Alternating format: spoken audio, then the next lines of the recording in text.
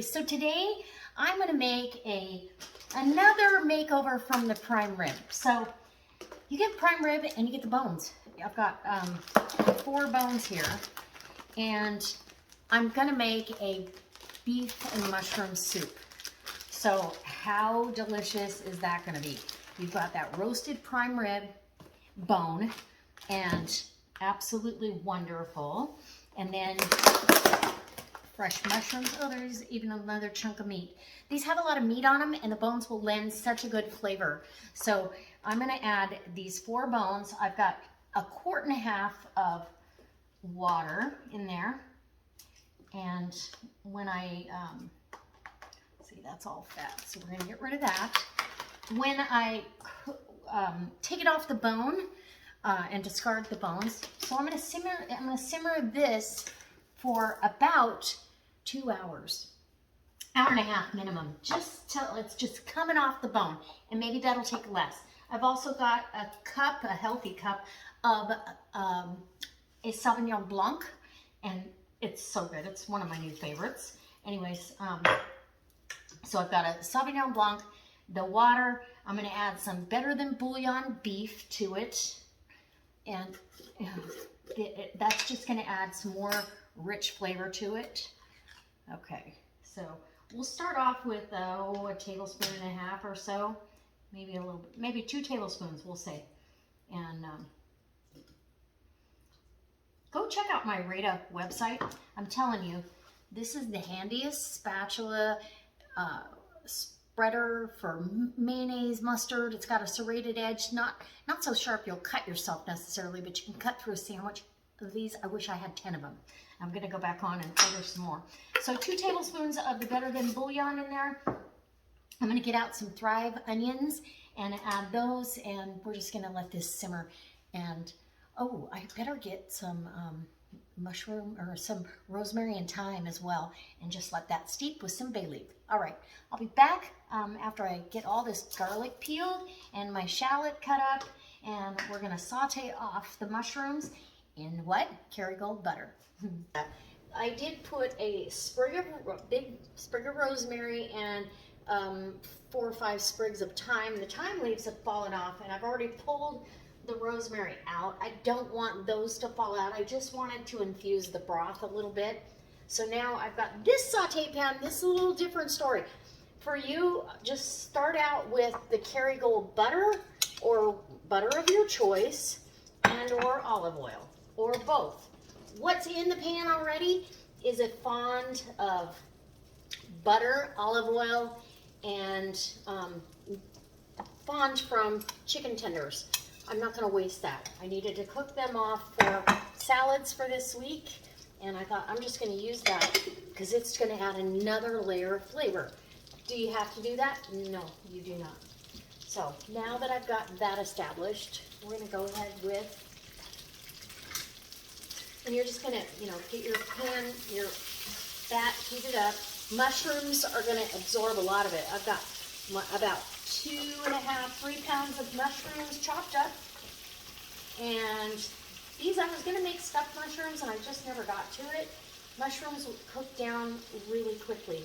I've got 1/2 of a good sized shallot, so probably 4 tablespoons of chopped shallot and 3 cloves of garlic going in. It's all going to saute and cook down together. You don't want to just throw this in your stock, okay? You want to layer the flavor, layer the flavor. So I am going to add a little bit of salt. I don't want to add too much, just enough to let the mushrooms release. Oh, and a little pepper. Okay. And let those mushrooms release everything and cook down. And once they've done that, then we can see if the bones are ready to be stripped. I've got some Thrive onions over here that I'll be putting in the broth as well. So, yum! You guys, this is gonna be good. Okay, you guys, I've sauteed my mushrooms. They're all sauteed down. I did decide I'm going to add some chanterelles. These are the chanterelles that I foraged this year and dehydrated. I'm going to add some of those to the mix as well. Why not? Now, I could probably simmer these bones. I'm going to take the meat off and I'm going to put the bones in the freezer for bone broth because they haven't nearly done their job. But you can see the meat's pulled back off the bone, and so I can at least get that bit of meat cut off of there. And so there's four bones here, and oh no, three bones. Sorry, 3 bones. I'll get the meat, get the fat out of there, and yum. Now I can try to fish through. Oh, that meat gets to get cut up. That was another hunk of meat. I need to cut that up. Hot. Okay. I want to just make sure I don't have any stems in here. Just run your fork through for anything you don't like. You can totally take this broth and whoops. You can totally take that. Okay guys, so I've taken the bones out of the broth. They haven't completely blended. I mean, the meat's pulled back off the bone, you can see that. But they haven't completely blended all the flavor. So once I get the meat off, I'm gonna put them in a bag and they're going in the freezer for bone broth. These bones will still add plenty. So I've got my my broth over here, and now, ooh, that's hot. I'm gonna grab this towel, bring it over here, and we're gonna get these mushrooms in. I've got my Thrive onions right here. Thrive onions, I want at least a cup, because this is like almost like a beefy onion mushroom soup. Actually, it's going to be a cream of mushroom soup, but I want the onion flavor, so you throw that in. If I have to add more stock, I will. And I'm a lefty, so we're going to do this just like this. Get all those mushrooms in there, butter, all of that. Shallots, garlic. Oh yeah. Okay. Once this cools down, and now I'm going to add these chanterelle mushrooms on top of it. These are the ones that I foraged. Just break them up if you want, depending on how big yours are. I want to know that it's a chanterelle, so that's going to add another layer of flavor. And so chanterelles, and you don't need a lot because they're dehydrated. So maybe just by visual enough that you're going to get some in every bowl of soup. How's that? Okay. Get these back on the shelf for another recipe. And when this meat and bones cool down enough that I can handle it, I'm going to get the meat off and we're going to finish off this soup. Oh, okay. I'm excited. And I'll taste my broth for seasoning. If I need more herbs, I'll add dry herbs at this point. Okay? Okay, so I am ready for the meat. So a lot of meat came off those 3 bones.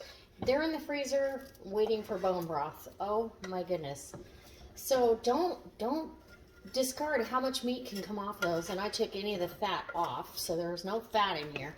This is actually a very hearty mushroom soup. I think it's probably a little bit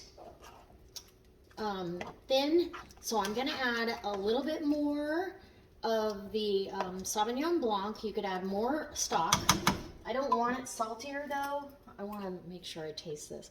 I'm going to let it simmer for another half hour, and of course it's going to reduce a little bit. So let me taste. Oh my gosh, the mushroom flavor is face forward in your face. Okay. I'm going to let this simmer on low.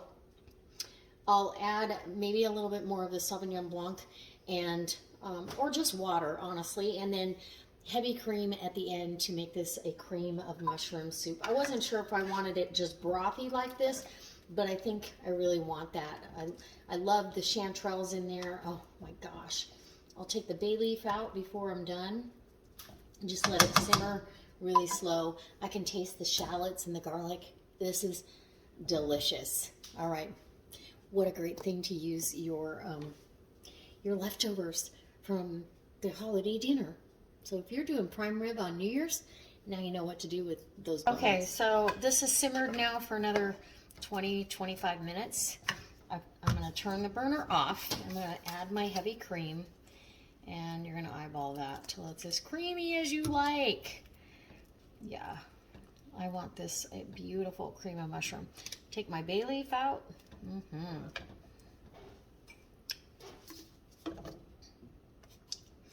That's probably a full cup of heavy cream going in here.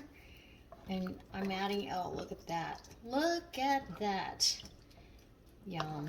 Okay, so I want to make sure my chanterelles rehydrated. Oh yeah, they're refreshed, they're rehydrated.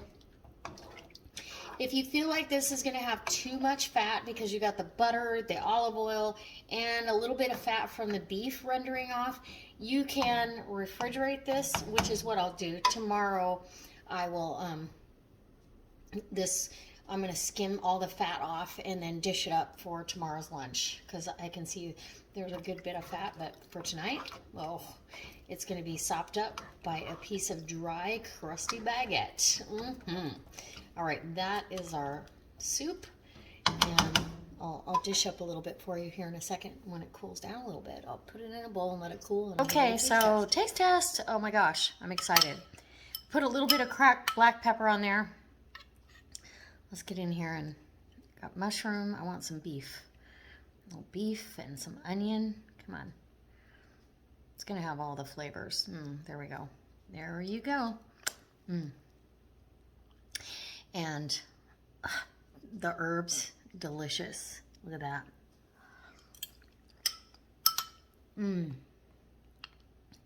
Oh my gosh, that meat is fall apart. So good. Ooh, that's a chanterelle. The broth, unbelievable.